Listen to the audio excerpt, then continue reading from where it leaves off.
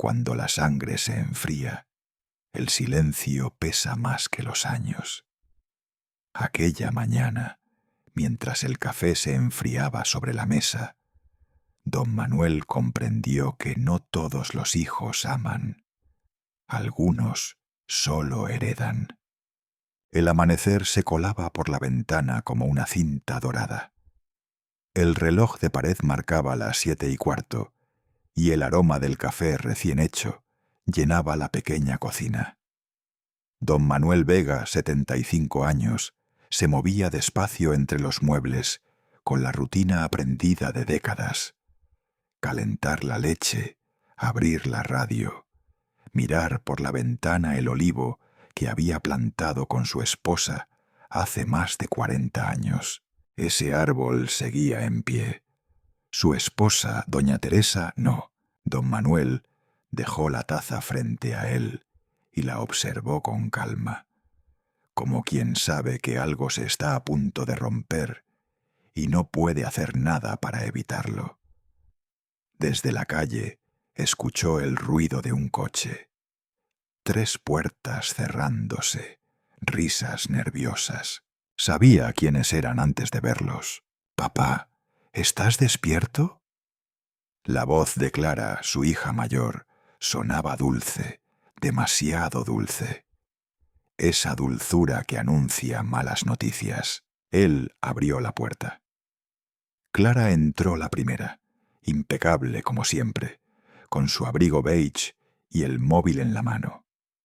Detrás de ella venían David, el segundo, con la mirada perdida, y Eloy, el más pequeño, cargando una caja de pasteles, como si eso pudiera endulzar lo inevitable. «Huele bien», dijo Clara sonriendo. «Siempre preparas el mejor café». Don Manuel asintió, sirviendo las tazas sin prisa. 3 cafés, una mesa de madera y un silencio que ya olía a despedida. Clara lo observó un instante antes de hablar. «Papá, hemos estado hablando.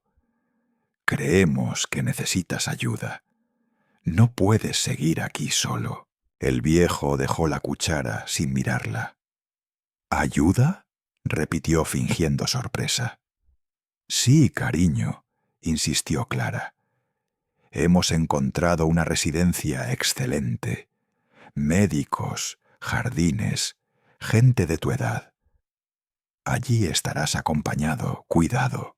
David bajó la cabeza sin decir palabra.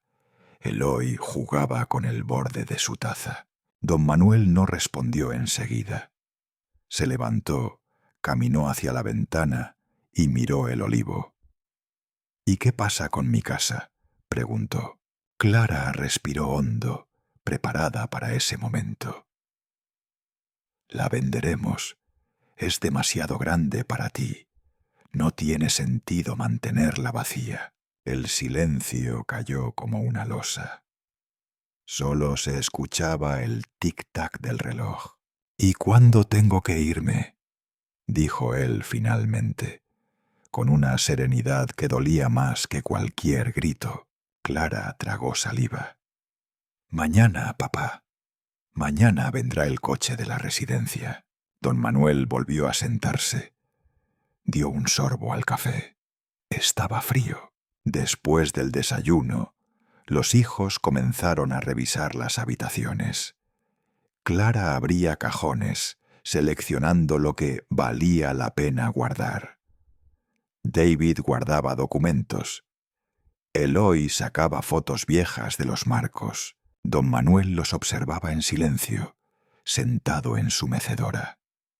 Nadie le pidió opinión. Entre las manos tenía una fotografía. Él, Teresa y los 3 niños pequeños en la feria del pueblo, riendo frente a un globo de colores. Ninguno de ellos la miró. Cuando Clara pasó por su lado, dijo con voz profesional: «Papá, mañana te sentirás mejor. Allí tendrás compañía. No puedes quedarte encerrado en el pasado». Don Manuel alzó la vista, cansado. El pasado no está encerrado, hija. Está aquí, dijo tocándose el pecho. Vosotros sois los que habéis salido. Ella no contestó. Siguió ordenando cosas. Esa noche, la casa parecía más grande, más vacía. En la cocina, don Manuel dejó preparado un termo con café, como si al hacerlo pudiera detener el tiempo.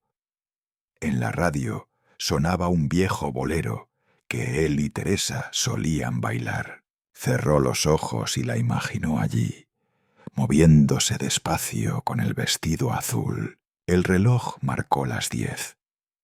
Afuera, los perros ladraban. Dentro, el hombre viejo pensaba en todo lo que había dado. 3 hijos, una vida de trabajo, un hogar construido con sus propias manos. Les di mi tiempo, murmuró, y ahora me devuelven silencio. Tomó una hoja de papel y escribió unas líneas torpes, sin destinatario claro. Mañana me voy, no porque quiera, sino porque ya no queda nadie que me quiera aquí. La dejó sobre la mesa, debajo del reloj, junto a la taza vacía. A la mañana siguiente, el coche negro esperaba en la puerta. Clara hablaba con el conductor, dando instrucciones. David subía la maleta al maletero. Eloy no levantaba la vista. Don Manuel cerró la puerta con llave, aunque sabía que no volvería. Se giró hacia ellos, con la llave en la mano. «Guardadla», dijo. «Tal vez algún día os haga falta volver». Nadie entendió. Durante el trayecto, Clara intentó conversar. «Papá, el sitio es bonito, ya verás. Hay música, talleres, piscina». «¿Tienen olivos?», preguntó él mirando por la ventanilla. «No, pero hay flores. Entonces no es bonito». Clara suspiró. El coche siguió por la carretera entre campos secos y casas blancas. Cuando llegaron, un cartel oxidado daba la bienvenida. Haven of Peace, residencia de mayores. Una enfermera joven los recibió con una sonrisa de catálogo. «Bienvenido, don Manuel.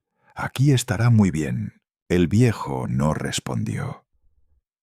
Caminó despacio por el pasillo hasta su habitación. Paredes grises, una cama sencilla, un crucifijo en la pared. Dejó la maleta sobre la mesa y se sentó. Desde la ventana se veía un jardín sin olivos, solo rosales descuidados. El sonido de la puerta al cerrarse fue un clic seco, un sonido pequeño, pero suficiente para quebrar algo dentro. Don Manuel respiró hondo. Así suena cuando se cierra la casa del alma, pensó. Se acostó sin desvestirse.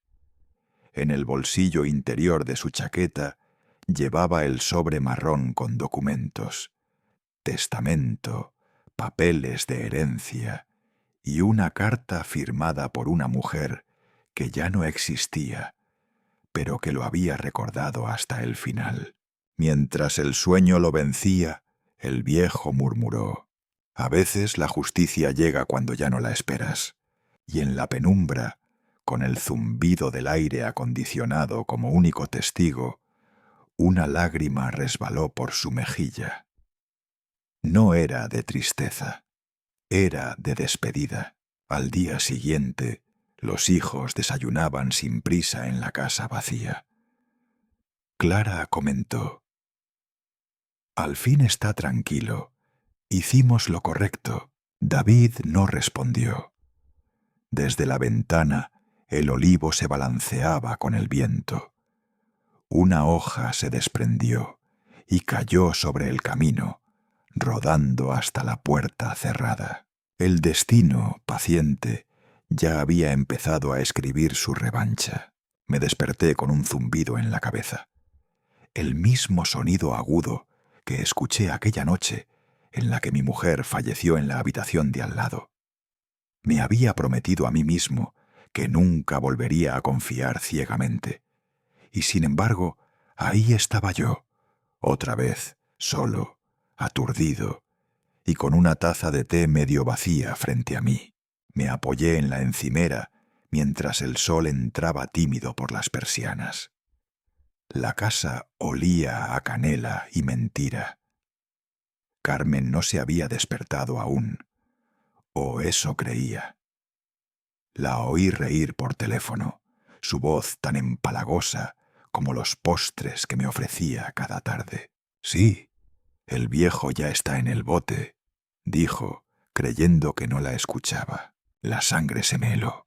No eran solo palabras al aire, era un plan, y yo estaba en el centro, como un peón viejo que ya no sirve para el juego. Fingí seguir dormido mientras escuchaba la conversación completa.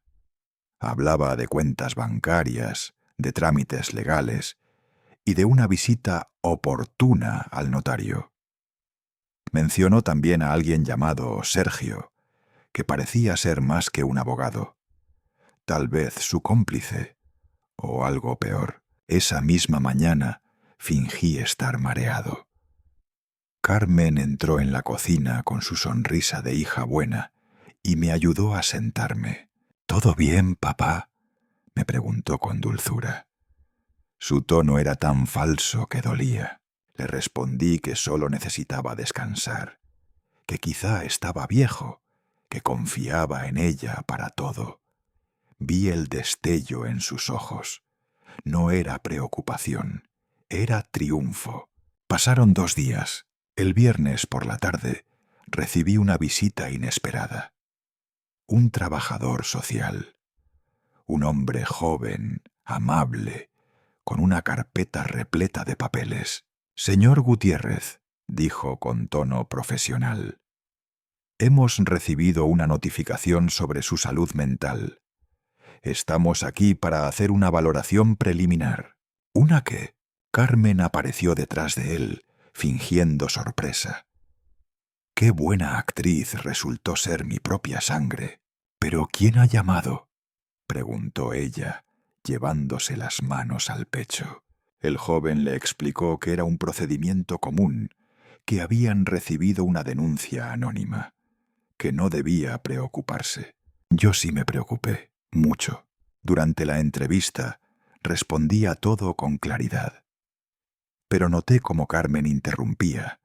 Metía frases como «últimamente está muy confuso» o «se le olvidan las cosas, pobrecito».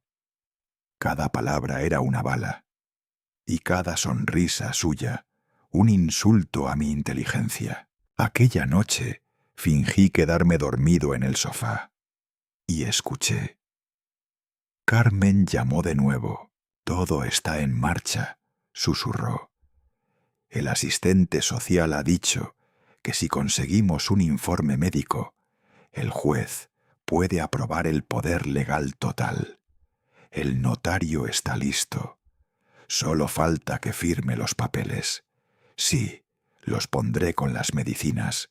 Ni se enterará». Se me partió el alma, pero no el orgullo. Esa misma madrugada salí de casa sin hacer ruido. Me dirigí a la farmacia del barrio, donde aún conocían a este viejo testarudo. Pedí una revisión de mis pastillas.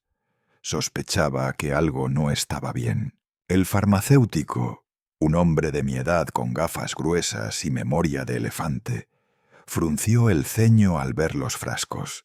«Don Manuel», me dijo, «esta medicación no le corresponde.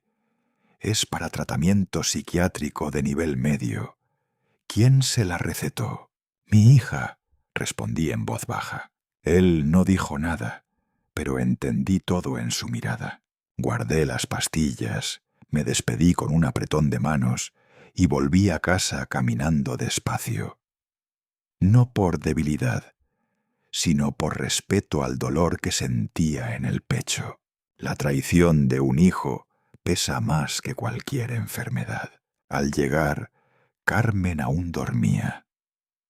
Fui al escritorio, revisé los cajones, y ahí estaban los documentos del notario, el poder legal, las instrucciones firmadas por alguien que no era yo, pero imitaba mi firma. No me tembló la mano. Llamé a un amigo antiguo, un abogado jubilado que me debía un favor. «Necesito ayuda», le dije sin rodeos. «Mi hija quiere robarme mientras finjo estar loco». Él me creyó sin preguntas, porque los amigos de verdad no necesitan pruebas, solo una voz que tiemble de verdad. Esa misma tarde organizamos una reunión con un notario distinto. Le conté todo. Llevé las pastillas, los documentos, incluso grabaciones que logré tomar con el móvil. Me miraron con ojos tristes. No por mi situación, sino porque conocían demasiadas historias como la mía. Antes de anochecer, Carmen regresó a casa. Yo la esperé en el comedor, los papeles sobre la mesa. «¿Qué es esto?», preguntó. «Tu regalo», le respondí. Pero esta vez lo abrí antes de tiempo. Su cara cambió. Primero incredulidad, luego rabia, finalmente indiferencia. «Estás exagerando», dijo. «Y tú estás jugando con fuego», le respondí. Se fue a su cuarto, dando un portazo. Y yo me quedé ahí, sentado, esperando el próximo movimiento. Porque esta partida, hija mía, todavía no ha terminado. Aquel martes por la mañana, el sol entraba sin permiso por las rendijas de la persiana mal cerrada. Me levanté antes que el despertador, como casi siempre desde que cumplí los 70. El sueño ya no era mi refugio, sino una frontera borrosa que apenas cruzaba. Pero esa mañana algo pesaba en el aire. Lo sentí apenas puse los pies en el suelo frío de la cocina. Mientras calentaba el café, recordé la llamada de Ramiro la noche anterior. Una voz templada, casi cordial, pero cargada de un subtexto que no me gustaba. Me dijo que quería verme, hablar tranquilamente. Esas palabras en su boca no significaban paz sino advertencia. Vestí mi abrigo de lana gris y salí hacia la notaría de la plaza central. Cuando llegué, la secretaria me saludó con una sonrisa cortés, aunque incómoda, como si supiera algo que yo aún ignoraba. «El señor León está dentro», me dijo señalando la puerta cerrada. Entré con paso firme. Ramiro se levantó al verme, demasiado rápido, como si estuviera escenificando una cortesía que no sentía. «Don Matías», dijo con esa sonrisa torcida suya. «Gracias por venir». Me senté sin devolverle la cortesía. Él abrió una carpeta manila y la empujó hacia mí. «Quiero evitarte molestias futuras», empezó, y su tono paternalista me hirvió la sangre. «Este documento deja constancia de que renuncias a cualquier reclamo sobre la casa de San Jerónimo. Ya sabes, por si acaso algún notario del pasado dejó flecos sueltos». No respondí de inmediato. Miré los papeles, leí cada palabra. No era una simple renuncia. Era una negación de mi historia, de mi esposa, de todo lo que habíamos construido. «¿Esto lo sabe Lucía?», pregunté sin levantar la voz. Ramiro evitó mi mirada. Ella confía en que todo se resolverá sin conflictos. No quiere más tensiones. «¿Tensiones o verdades?», repliqué, esta vez sí clavándole los ojos. El silencio entre nosotros se volvió denso. Por un segundo vi cómo se le tensaba el cuello. «No firmaré», dije, levantándome con la misma dignidad con la que había entrado. Él no dijo nada. Solo me siguió con la vista mientras me marchaba. Sabía que no había ganado, pero tampoco había perdido. Aún aquella tarde, mientras caminaba por la ribera del río, me crucé con Inés. la vecina que aún conservaba el candor de los días sencillos. Me saludó con un gesto leve y se acercó, dudosa. «Don Matías, me duele meterme, pero vi algo raro el otro día». Lucía estaba en la Galería León, firmando unos papeles con un abogado. No parecía una compra, era algo más serio. La miré sin mostrar sorpresa. En realidad, lo que me sorprendía era lo poco que me quedaba por sorprender. Agradecí su sinceridad y seguí caminando, más lento, con el peso de las dudas como única compañía. Esa noche, al volver a casa, encontré una carta en el buzón, sin remitente. Reconocí la caligrafía de Elena. Me temblaron las manos al abrirla. No era una carta reciente. Era de hace años, escrita cuando aún estaba con vida, pero que alguien, Lucía, Ramiro, había retenido. Si estás leyendo esto, Matías, es porque he fallado en algo. Perdona si nuestra hija alguna vez te hiere.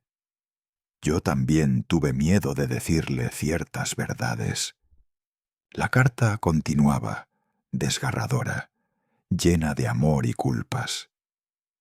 Mencionaba un documento guardado en una caja antigua, en el altillo de la casa de campo. Algo que probaría que la propiedad de San Jerónimo estaba registrada a nombre de los dos, no solo de ella. Mis piernas, envejecidas pero tozudas, me llevaron al día siguiente hasta aquel caserón polvoriento. Busqué durante horas hasta que la encontré. Una caja metálica, oculta tras un panel suelto. Dentro, entre fotos viejas y billetes de lotería vencidos, estaba el testamento conjunto, firmado por Elena, notariado, fechado antes de que Lucía y Ramiro comenzaran su ofensiva silenciosa.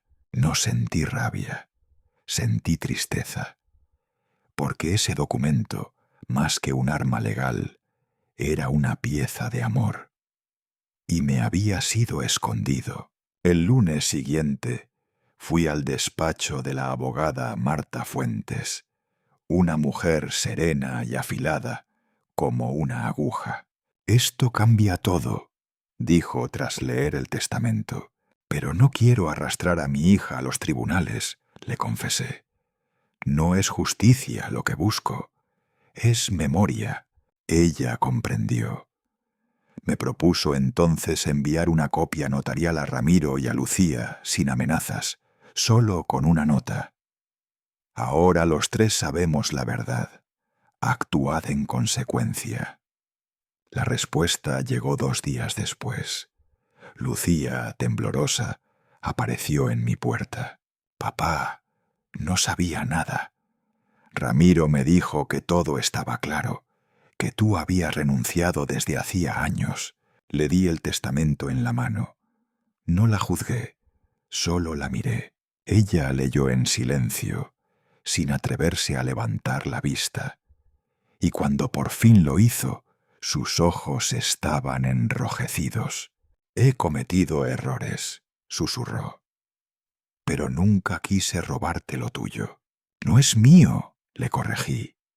«Era de los dos, de tu madre y de mí.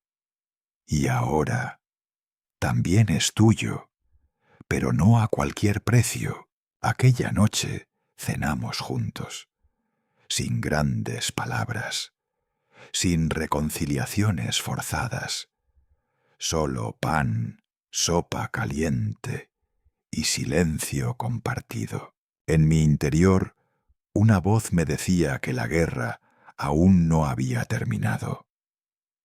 Ramiro no era hombre de aceptar derrotas sin revancha, pero también sabía que, por primera vez en mucho tiempo, tenía la historia de mi lado. Y eso, en esta edad donde la piel se arruga pero la dignidad no, era suficiente para seguir en pie. Desde aquel encuentro tenso con Javier en la cocina, la casa volvió a quedarse en silencio.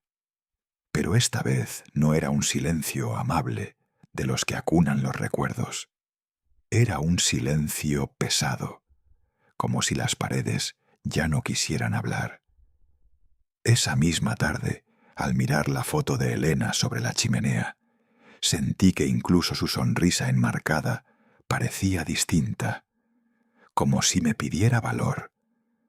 Valor para lo que venía. Esa noche no dormí. Me levanté varias veces. Caminé descalzo por el pasillo. Me detuve frente a la puerta cerrada del cuarto de Javier y no toqué. Solo puse la mano sobre la madera y luego me alejé. A las 5 de la mañana preparé café. No tenía hambre, pero necesitaba el ritual. Lo único que quedó humeando fue la nostalgia. A las 8 en punto llegó Marta, mi abogada. Traía una carpeta bajo el brazo y el rostro serio. Nos saludamos con un beso frío en la mejilla y nos sentamos en la terraza. El sol era agradable, pero entre nosotros no había calor. «He presentado el escrito ante el juzgado», dijo abriendo la carpeta. «La jueza aceptó la demanda y ha citado a tu hijo en calidad de parte demandada. Tendrá que comparecer». Sentí un golpe seco en el pecho. No era sorpresa. Yo mismo había pedido iniciar ese proceso. Pero escucharlo en voz alta fue como confirmar que desde ese momento ya no había vuelta atrás. «¿Y Lucía?», pregunté. «¿Sigue en paradero desconocido?». Marta suspiró y asintió. «Santiago dice que está en un retiro espiritual, pero ni siquiera responde a las notificaciones. Está evitando todo esto». Yo me callé. En el fondo me aliviaba que ella no estuviera presente. No sé si habría soportado ver en sus ojos la misma indiferencia que vi en los de su hijo. Antes de que Marta se fuera, me dejó una copia de la documentación. Un tocho de papeles que pesaba más por el contenido emocional que por el número de hojas. Cuando se marchó, volví a entrar a la casa. Me senté en la mesa del comedor y abrí la carpeta. Leí línea por línea, como si necesitara memorizar cada párrafo para convencerme de que todo aquello era real. Las palabras fraude, manipulación, usurpación parecían sacadas de una novela que no quería protagonizar. Al día siguiente, recibí una visita inesperada. Tocaron el timbre con insistencia.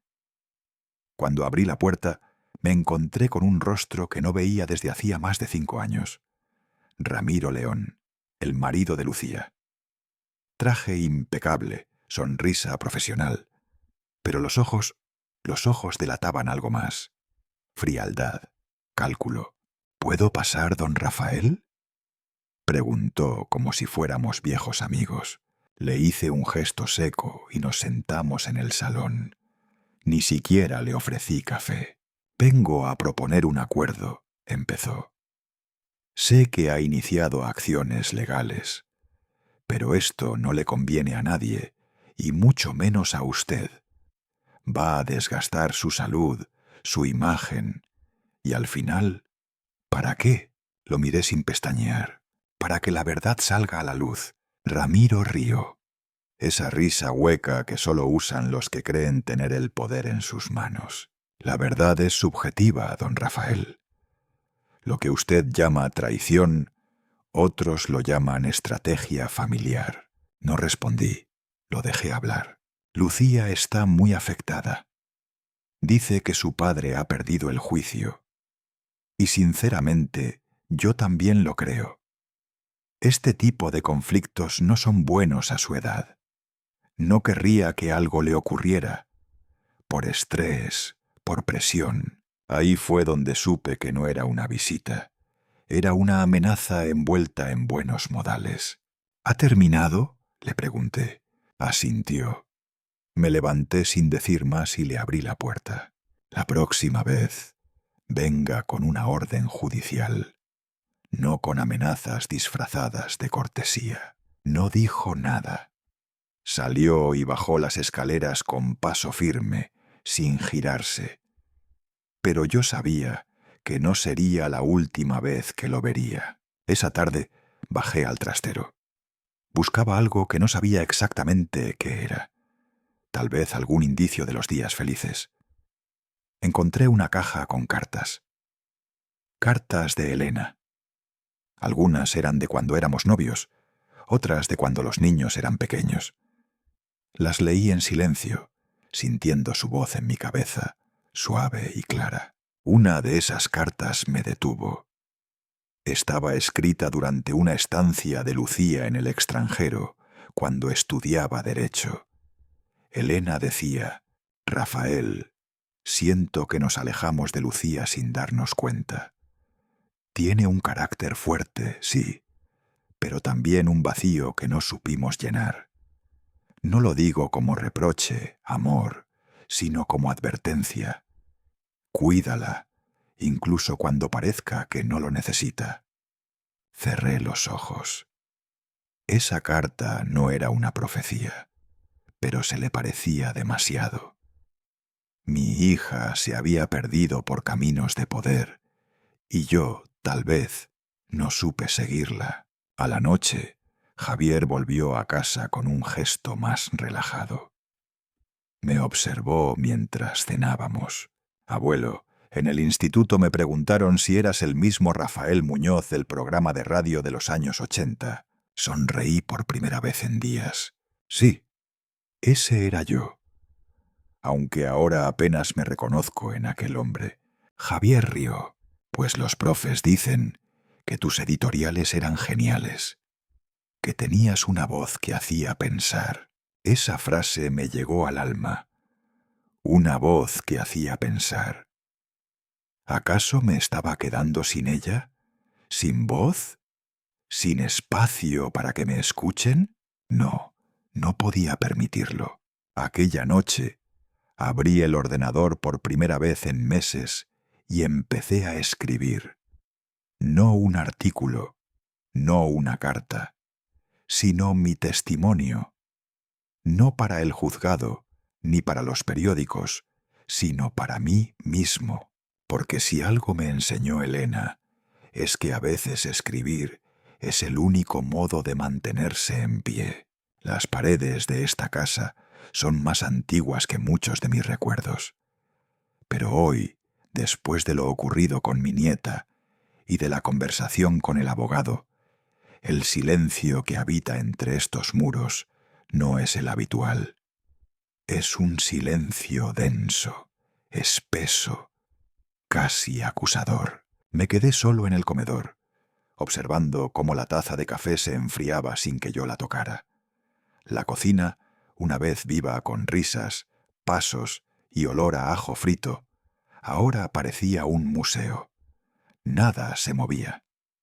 Ni siquiera los cuadros torcidos que Elena colgó sin nivel alguno cuando aún teníamos fuerzas para discutir sobre tonterías. Aquel mediodía recibí una llamada inesperada. Era del número fijo de mi difunto amigo Martín, el mismo que me juró lealtad cuando apenas teníamos bigote. Pero su voz no fue la que escuché. «¿Don Julián?» «Soy Teresa, la hija de Martín. Mi padre, antes de morir, me pidió que le entregara una carta. Dijo que era importante, que tenía que llegar a usted si algo le ocurría». La carta llegó esa misma tarde. Era un sobre amarillento, escrito con su caligrafía torpe y nerviosa.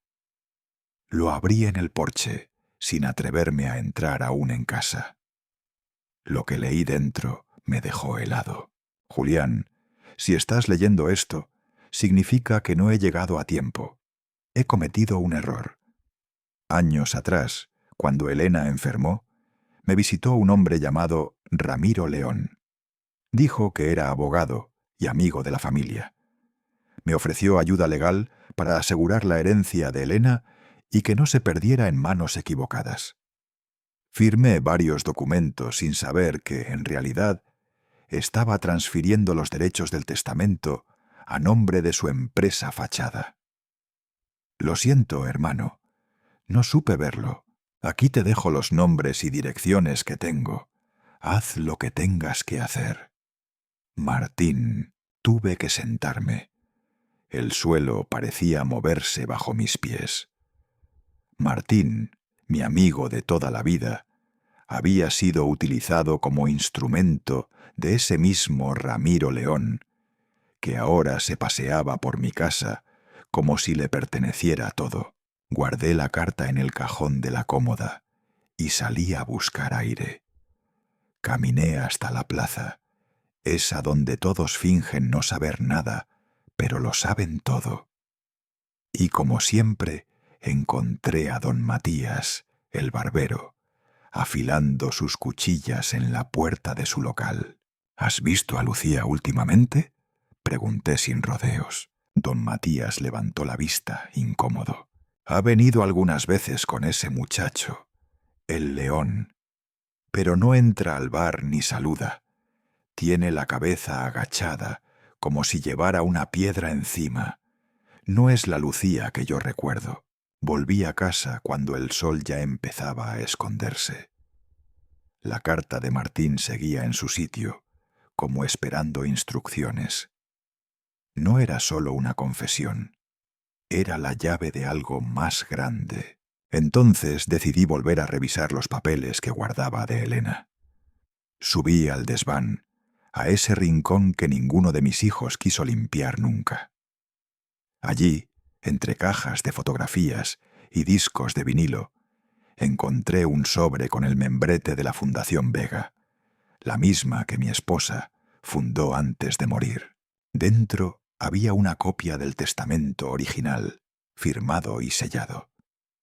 Pero lo que más me llamó la atención fue una nota manuscrita de Elena.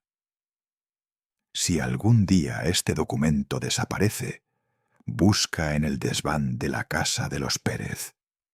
Allí está la copia notarial. Los Pérez, vecinos de toda la vida. El patriarca murió hace 2 años, pero su hijo, Esteban, aún vive en el caserón al final de la calle. Cogí mi bastón y bajé decidido.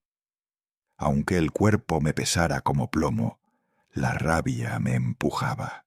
Toqué a la puerta. Tardó, pero Esteban apareció, con su delantal manchado de pintura. «Julián, ¿todo bien? ¿Tienes aún acceso al desván de tu padre?» Me miró sorprendido, pero asintió. «Claro, ¿buscas algo?» «Una copia del testamento de Elena. Tu padre fue testigo y custodio. Subimos juntos, y tras unos minutos, entre archivadores cubiertos de polvo, apareció. Una copia certificada del testamento, firmada y con una cláusula que lo cambiaba todo. En caso de uso indebido de los bienes, el testamento quedará anulado automáticamente y pasará a revisión judicial. Salí de allí con el documento en la mano, sintiendo que por fin tenía una pieza sólida contra la farsa construida por Ramiro. Al llegar a casa, llamé al abogado inmediatamente. «Don Julián, esto lo cambia todo», dijo tras leerlo. «Podemos solicitar una reapertura del proceso, pero necesitamos pruebas de coacción, de fraude, de que Lucía y Ramiro actuaron con dolo. Las tengo», le dije sin dudar, «y si no, las buscaré». Aquella noche no dormí. Me senté en la vieja mecedora de Elena, observando cómo la luna se colaba entre las cortinas. Sentía su presencia, como si desde algún rincón invisible me dijera: «Julián, ahora sí, estás haciendo lo correcto». Y así, al día siguiente, con la carta de Martín en un bolsillo, el testamento en otro, y el coraje de los que no tienen nada que perder, volví a ponerme en marcha.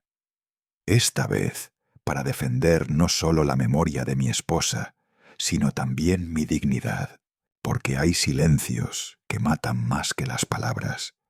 Y yo, Julián Vega, ya había callado demasiado. La mañana del martes llegó envuelta en una bruma espesa, de esas que parecen borrar los contornos del mundo y, de paso, también los del alma. Me desperté con el mismo temblor en el pecho de los últimos días, esa sensación de que algo está a punto de romperse, de que el silencio no es paz sino presagio. Me senté al borde de la cama, con los pies colgando en el aire, como si el suelo no quisiera sostenerme.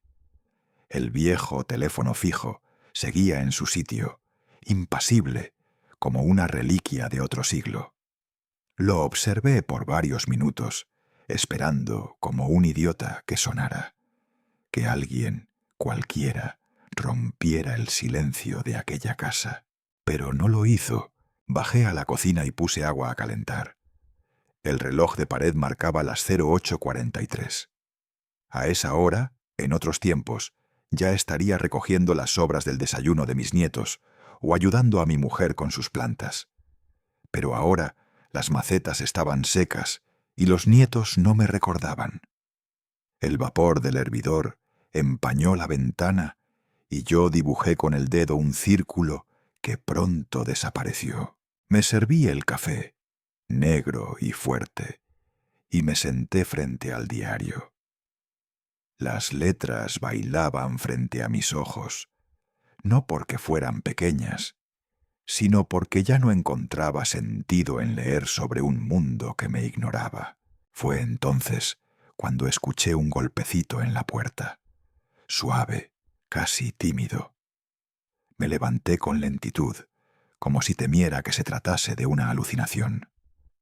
Al abrir, vi a don Esteban, el cartero del barrio. Tenía el rostro tenso y sostenía un sobre color hueso entre sus dedos. «Buenos días, don Julián», dijo con una voz que no me gustó nada. Esto venía certificado. Lo tomé sin prisa. Él me miró con compasión. Bajó la cabeza y se fue.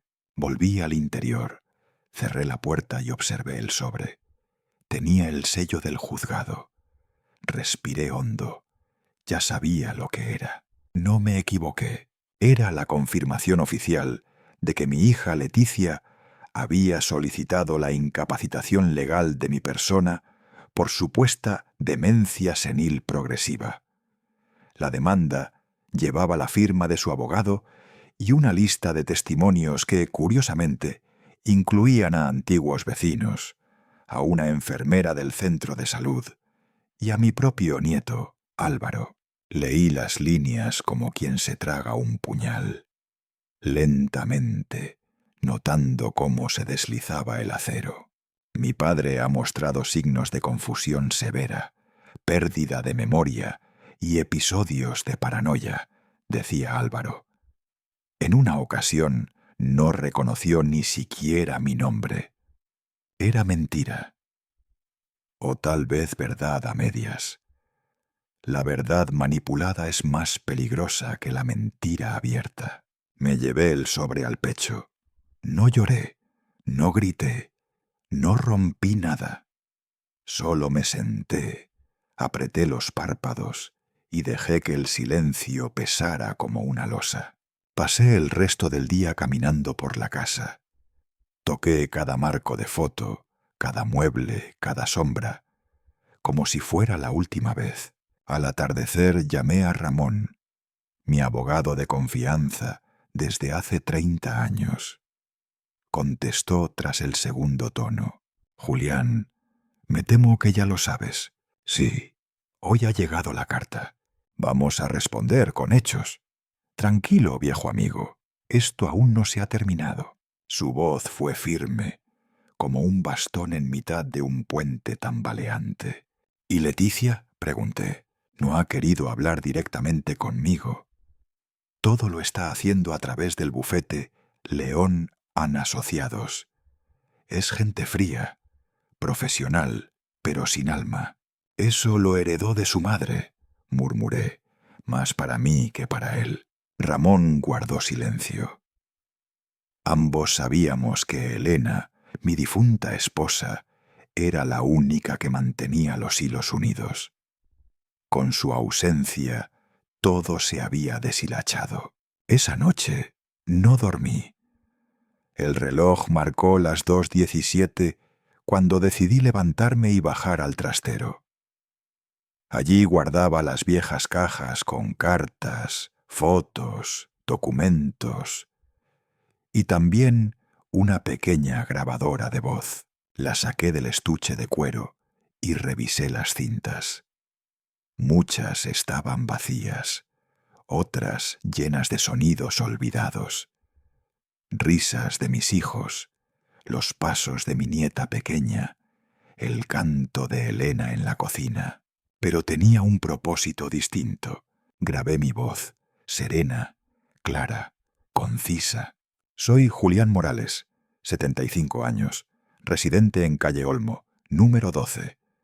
No tengo ninguna demencia. Recuerdo perfectamente el cumpleaños de mi hija Leticia, 4 de octubre de 1978. Recuerdo que nació bajo la lluvia, en el hospital de Burgos, mientras yo estaba en el pasillo con una radio vieja. Recuerdo que temblaba de miedo, y cuando escuché su primer llanto, lloré como un niño. Hice una pausa, y recuerdo también cuando empezó a alejarse, cuando dejó de llamarme papá para decir simplemente tú, cuando me habló de vender la casa, cuando dijo que mi tiempo ya había pasado. Apreté stop. Me acosté con esa grabadora junto a mí, no como prueba, sino como testigo, el único que no me traicionaría. A la mañana siguiente, un mensaje en el móvil. Era de Inés, mi vecina. ¿Te puedo visitar esta tarde? He oído rumores y estoy preocupada. Respondí con un sí a las 5. Aún quedaban personas que creían en mí. No muchas, pero suficientes. Y a veces con eso basta. Me desperté sobresaltado esa mañana, sin entender al principio por qué. El reloj marcaba las 7:15. Afuera, los pájaros cantaban, como si el mundo no se hubiera desmoronado la noche anterior. Pero yo seguía temblando por dentro. Había pasado la madrugada intentando asimilar lo que había leído en ese correo. La venta de la casa de mi infancia, firmada por mi hijo Santiago, con la complicidad de su cuñado, Ramiro. Todo legal, todo sellado. Y yo fuera de todo. Me levanté sin hacer ruido, me vestí con lo primero que encontré y salí a la calle. No tenía claro a dónde iba, solo sabía que no podía seguir en esa casa como si nada. Caminé hasta la plaza, di una vuelta por el mercado y terminé sentándome en un banco frente a la iglesia, justo cuando comenzaban a sonar las campanas de misa. Allí estaba yo, un hombre de 75 años, con la espalda encorvada por los años y el alma doblada por la traición. Me pregunté en qué momento había perdido el respeto de mis propios hijos. ¿Fue cuando me jubilé? ¿Cuando murió su madre? ¿O cuando empecé a decir verdades que nadie quería escuchar? ¿Papá? La voz de Clara, mi hija menor, me sacó del pensamiento. Llevaba una bufanda roja que le daba un aire juvenil, aunque sus ojos estaban cargados de una seriedad impropia para su edad. Se sentó a mi lado sin pedirme permiso, y por un momento ninguno de los dos dijo nada. He hablado con Santiago esta mañana, empezó. Está muy alterado. ¿Alterado? ¿Porque le pillé robando? Dije sin mirarla. Dice que exageras, que tú le diste poder notarial y que no estás bien de la cabeza. Ahí estaba otra vez, esa palabra que tanto daño me hacía. Cabeza. Como si la vejez fuese sinónimo de locura, como si mis recuerdos, mi dolor, mis sospechas no contaran por no tener 40 años. ¿Y tú? Pregunté al fin, mirándola de frente. Tú también piensas que estoy perdiendo el juicio. Clara bajó la mirada, apretó los labios, y en ese gesto vi algo que no había visto en meses. Duda. No lo sé, papá, susurró. Pero esto se nos ha ido de las manos. Ramiro está diciendo que si sigues difamándole, te va a demandar. Y Santiago está hablando de internarte. Me reí, pero fue una risa hueca, áspera, como si saliera del fondo de un pozo. ¿Internarme? ¿Y en qué momento perdí la patria potestad sobre mi propia vida? Clara no supo qué responder. Me dio un beso en la mejilla y se fue. Y yo me quedé allí, otra vez solo, mirando cómo los niños corrían por la plaza, mientras sus madres tomaban café en la terraza del bar. Esa noche, al volver a casa, me encontré con un sobre debajo de la puerta. No tenía remitente. Dentro había una copia impresa de un contrato de transferencia bancaria. 200.000 euros traspasados desde la Fundación Elena Vive, fundación creada en memoria de mi esposa, hacia una cuenta desconocida a nombre de una empresa, León Patrimonial S.L. Lo primero que pensé fue en Ramiro. Él era el león de esa familia. Pero lo que me hizo hervir la sangre fue ver que el traspaso había sido autorizado por Lucía, mi propia hija. Rompí el papel, pero luego me agaché a recoger cada pedazo. No por debilidad, sino por necesidad. Era la prueba. No sabía quién me la había enviado, pero alguien quería que lo supiera. Y si eso era cierto, todo lo que había sospechado estos meses tomaba un nuevo sentido. Mi hija, mi niña, mi orgullo.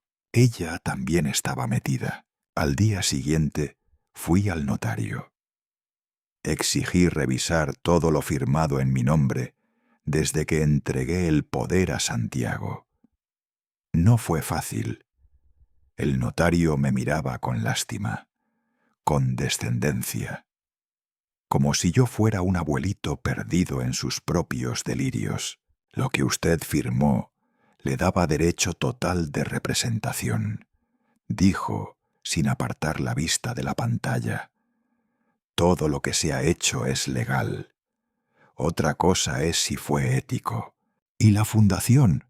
¿Quién tiene acceso a esa cuenta? Solo Lucía Vega y su marido como gestor autorizado. Me quedé helado. Esa tarde pedí cita con un abogado. Uno de esos que no tienen despacho elegante ni secretaria rubia, pero que conocen las trampas legales mejor que nadie.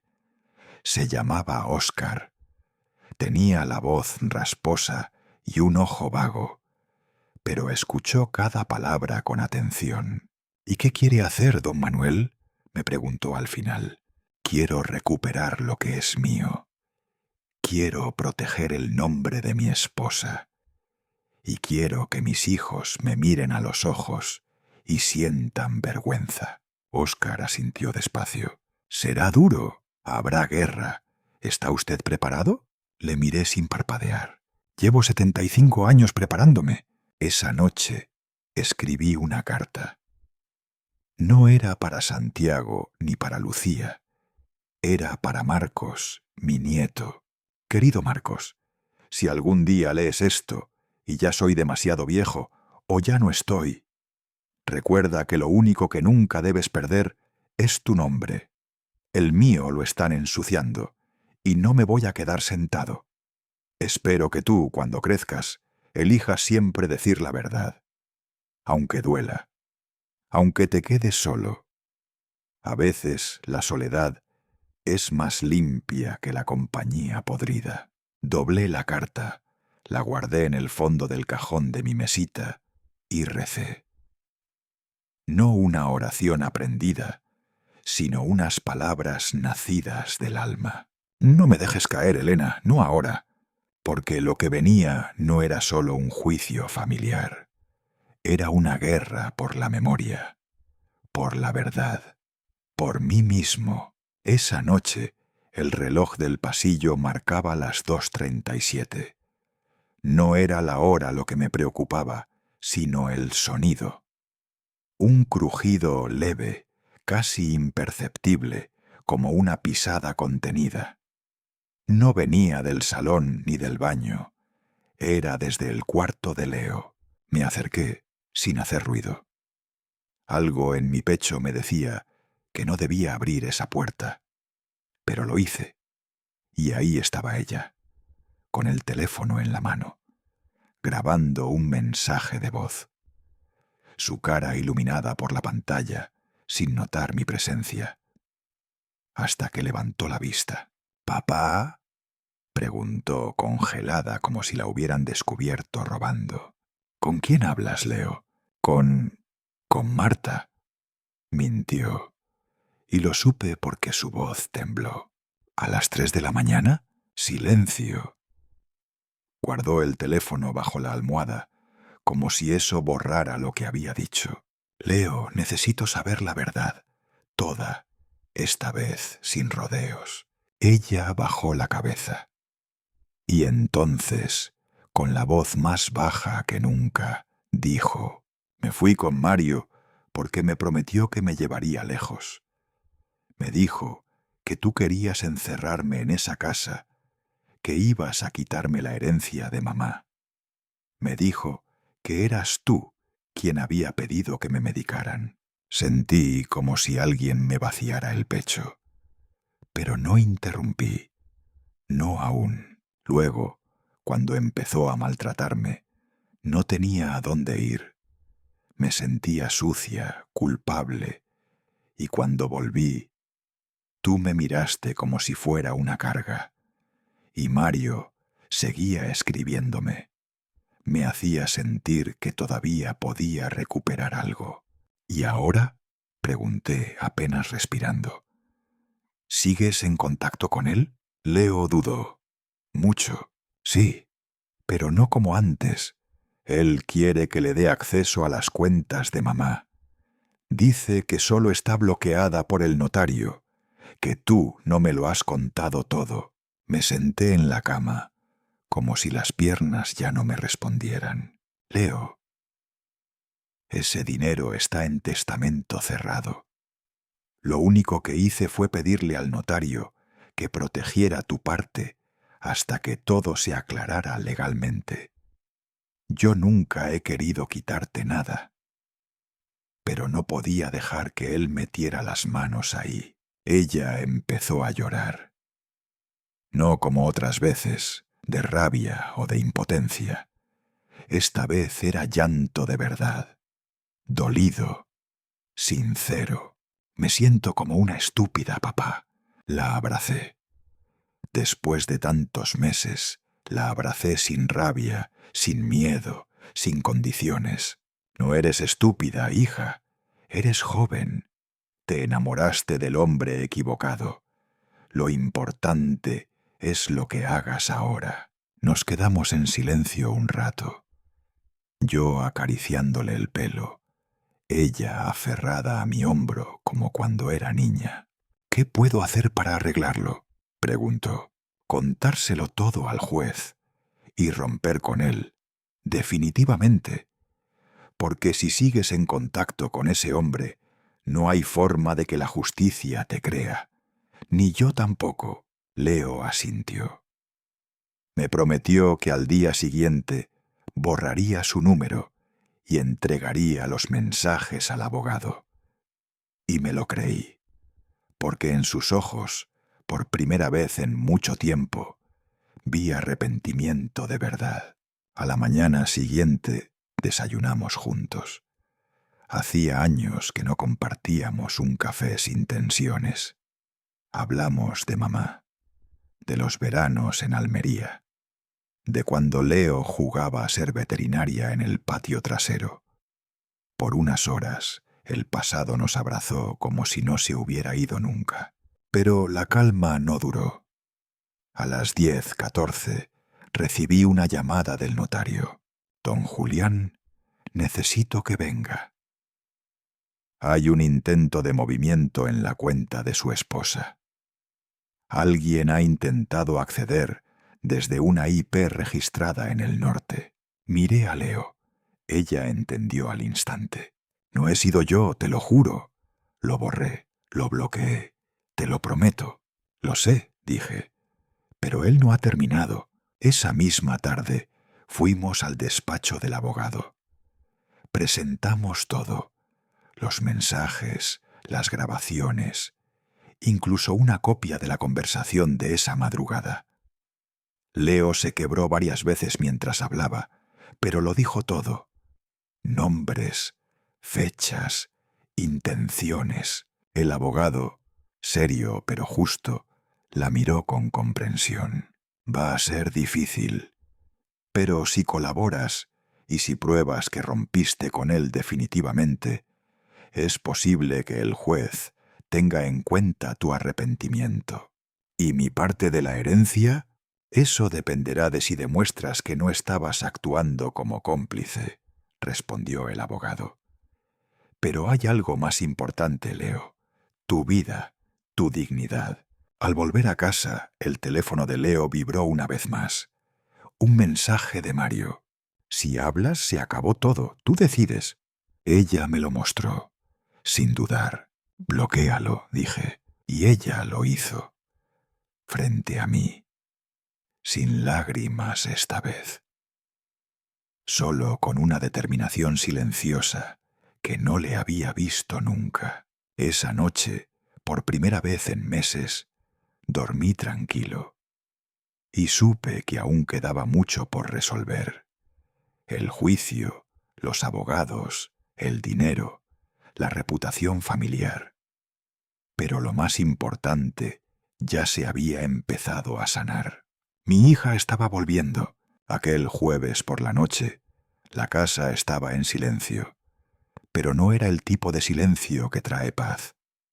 Era un silencio denso, cargado, como si las paredes mismas se contuvieran de hablar.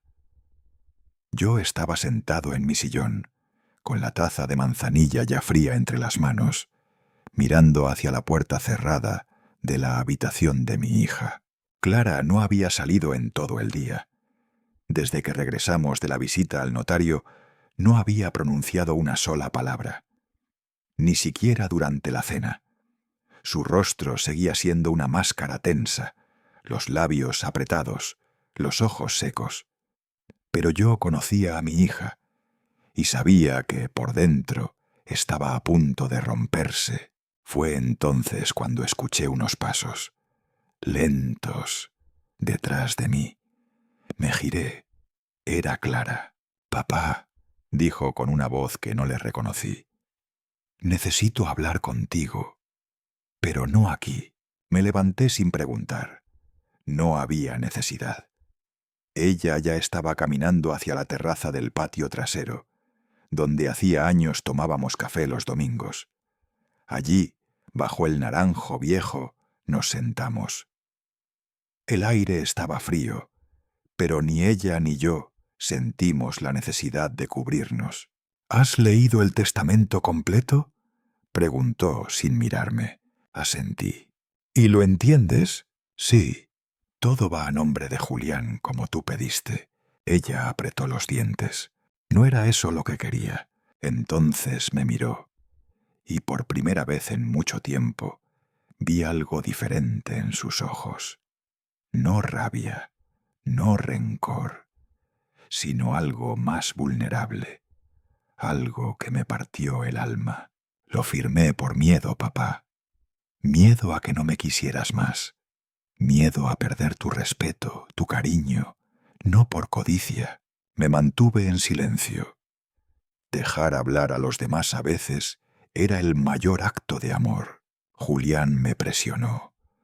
Me convenció de que si no estaba de su lado, me quedaría sola. Me manipuló.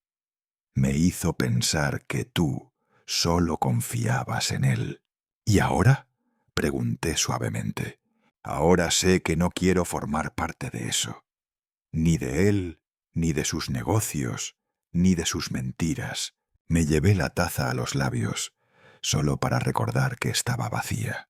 ¿Te acuerdas cuando me caí en el patio del colegio y tú viniste corriendo en bata y zapatillas? Me dijo de pronto.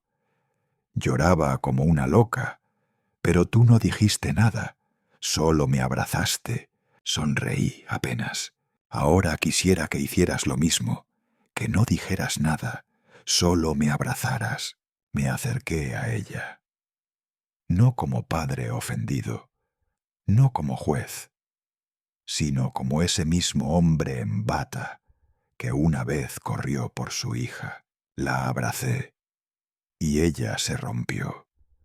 Lloró, tembló, hundió la cara en mi pecho como cuando tenía 5 años. Y no dijimos nada más durante un buen rato. A la mañana siguiente, Clara fue la primera en levantarse.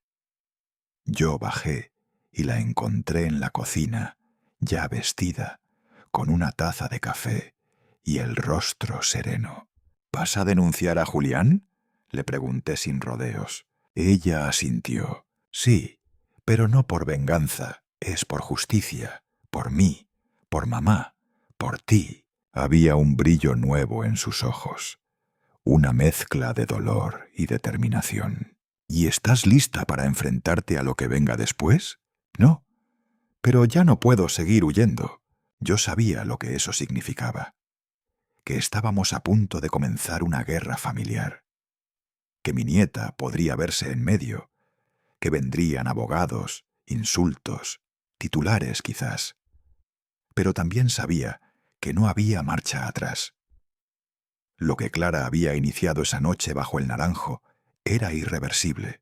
A las 11 en punto llegamos a la comisaría.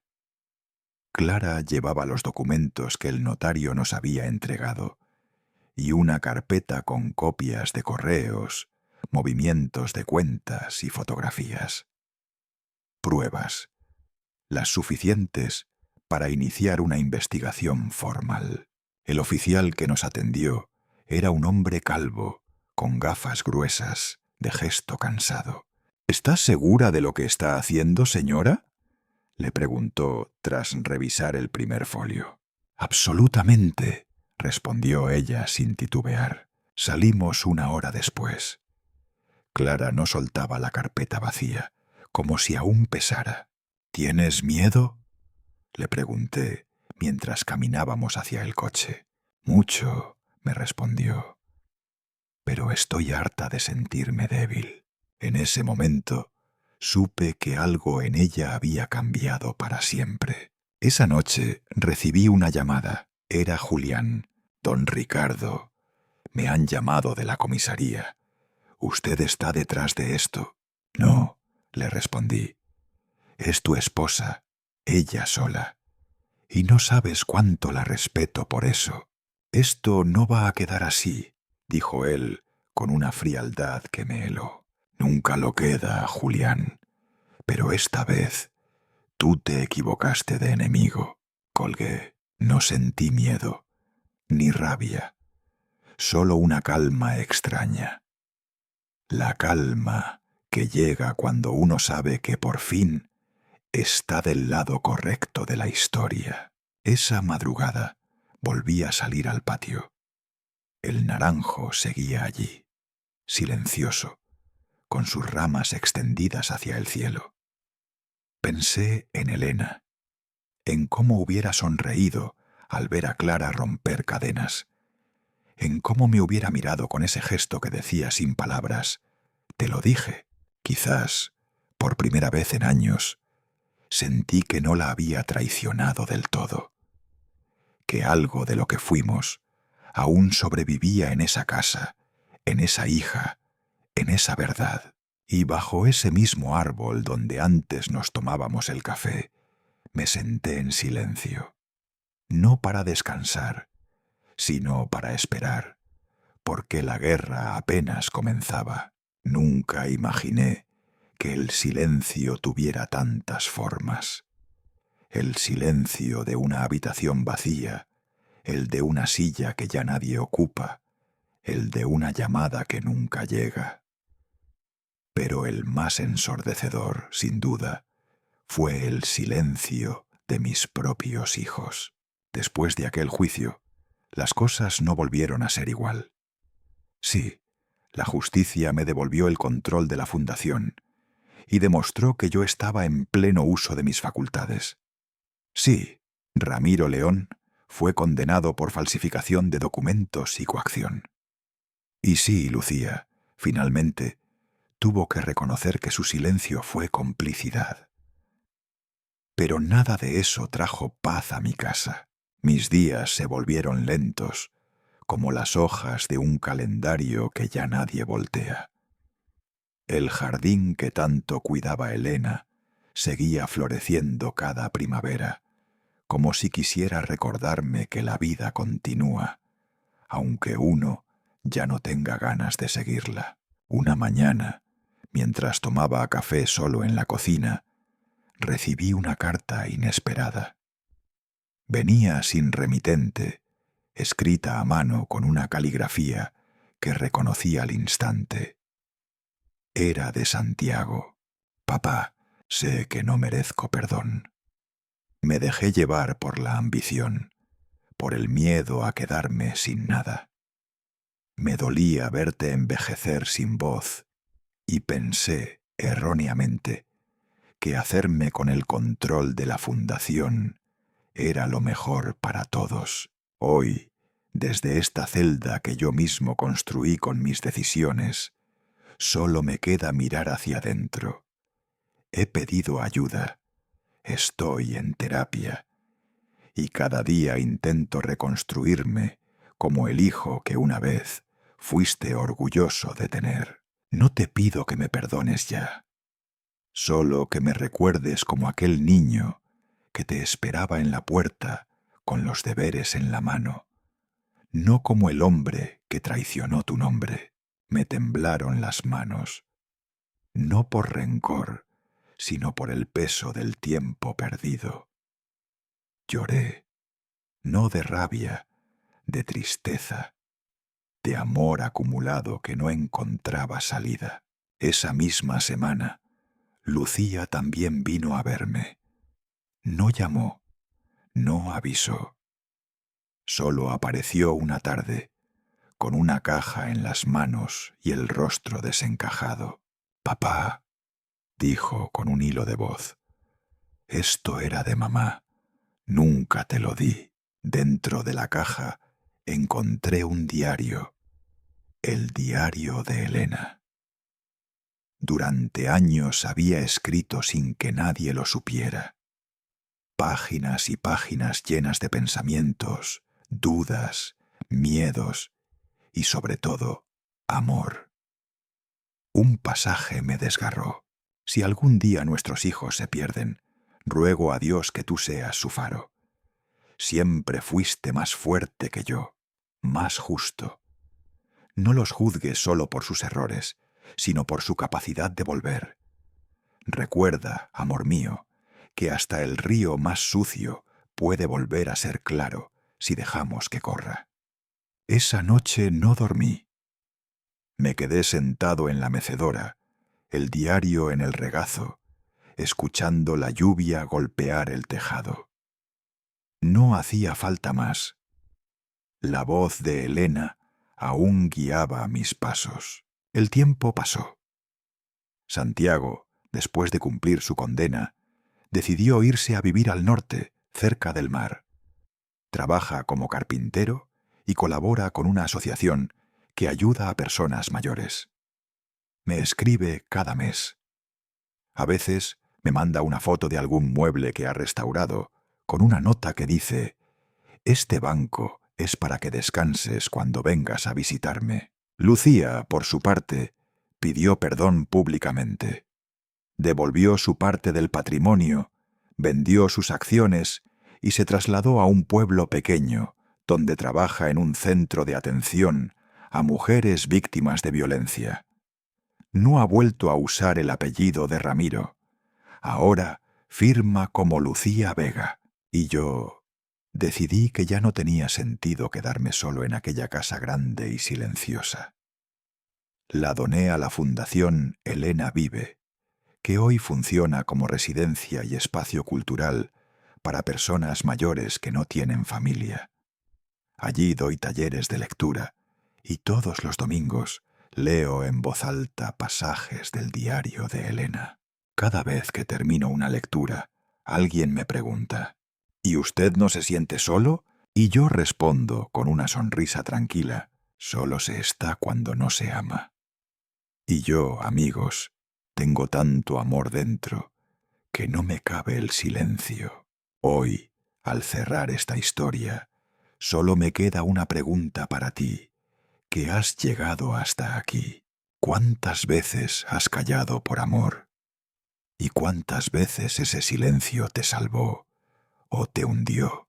Esta historia no habla solo de traición o justicia, habla de redención, de familia, de esos vínculos invisibles que por más que el mundo intente romperlos, siguen latiendo por debajo de la piel. Y si esta historia ha tocado tu corazón, si te ha recordado a alguien que perdiste o a alguien que aún puedes recuperar, suscríbete ahora para no perderte más relatos que nos devuelven a lo esencial: el amor, la memoria y la segunda oportunidad. Gracias por acompañarme. Gracias por escuchar.